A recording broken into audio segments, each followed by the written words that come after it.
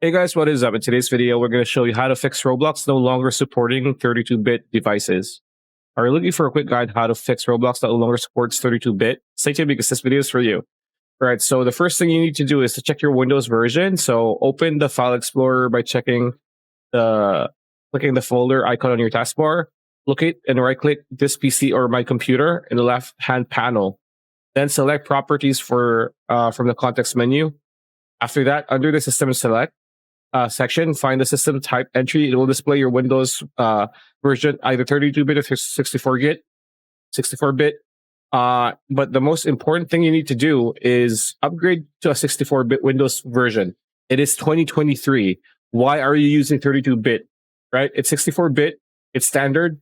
Back up your data. Before upgrading, ensure you back up your important files to avoid any data loss during the process.